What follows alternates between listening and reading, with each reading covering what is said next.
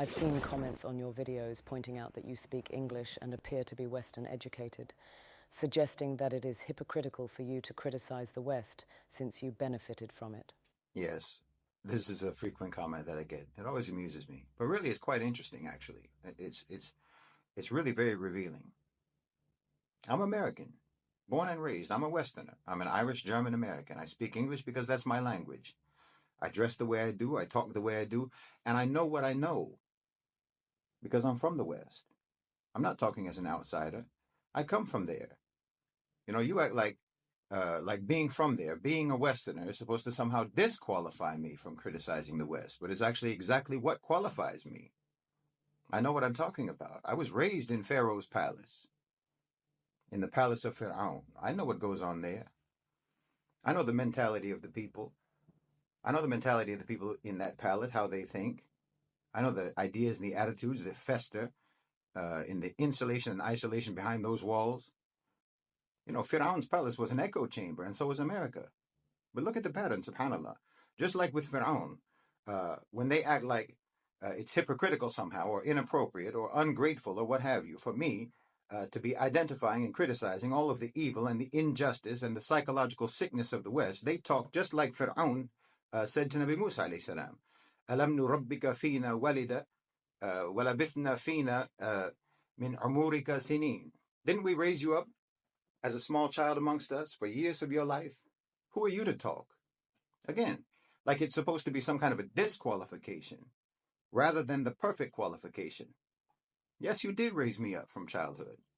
Yes, you did, for years and years, and that's exactly why I can talk about you, because I know you. I was raised just like you, just like every American, just like most of the people of my generation. I know your schools, I know your media, I know your propaganda, I know your ideology, I know your thinking. Because what the power structure did to you, they did to me.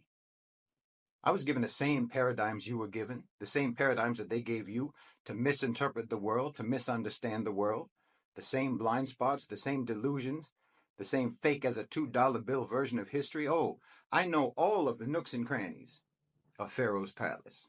I know every corner, and I know what's brushed under every rug and what's hidden in every closet and all the bodies in the basement. And I'm not special. This is true for every American Muslim, for every Western convert to Islam. We represent together a kind of collective Musa, alayhi salam, to the collective Pharaoh of America and the West. Because yes, collectively, not just the power structure, but many, many Americans, individual citizens, collectively have a Pharaonic mentality, a Pharaonic mindset. They think that they're the Lord of the world. As a so-called civilization, they think they're Lord of the world. Life and death is in their collective hands.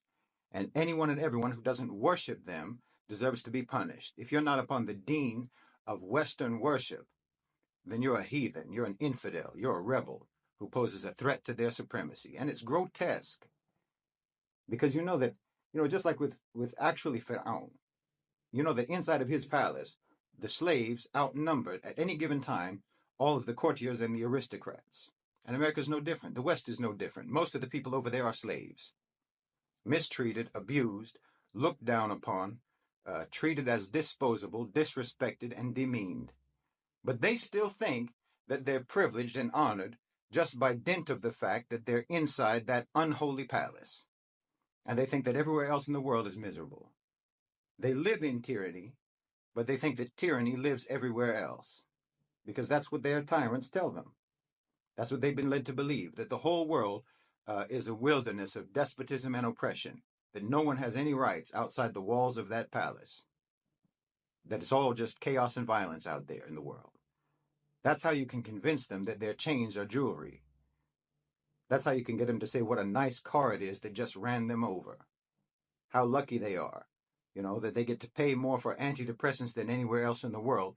Meanwhile, that society itself is the one making their life so depressing in the first place. No, you need to get out of there. And I don't mean just physically. No, I mean mentally.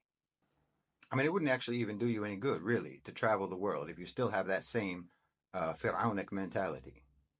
You don't need to get out of the West as much as you need to get the West out of you, out of your mind, out of your mindset, out of your worldview.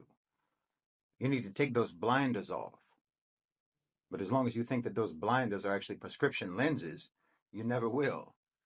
Those aren't glasses that they gave you. It's a blindfold, and you need to take it off. Being Western, when I talk about the West, I'm not talking about just a geographical location. That's not what I mean. It's a psychological location. It's a way of thinking. It's an attitude. It's a perception. And that's what you need to get rid of. That's what you need to get out of. It doesn't matter if you never set foot outside of the walls of Pharaoh's palace. You just have to get outside of the walls of the Western mental prison. And who knows? There might just be a mutiny in that palace. And that's exactly what the power structure is afraid of. Not an actual mutiny. I'm not talking about a revolution, but an intellectual mutiny, a psychological mutiny. And that's why they're so threatened by Islam, because they're afraid that Islam will lead their slaves out of bondage, out of mental bondage. And that's the last thing that they want.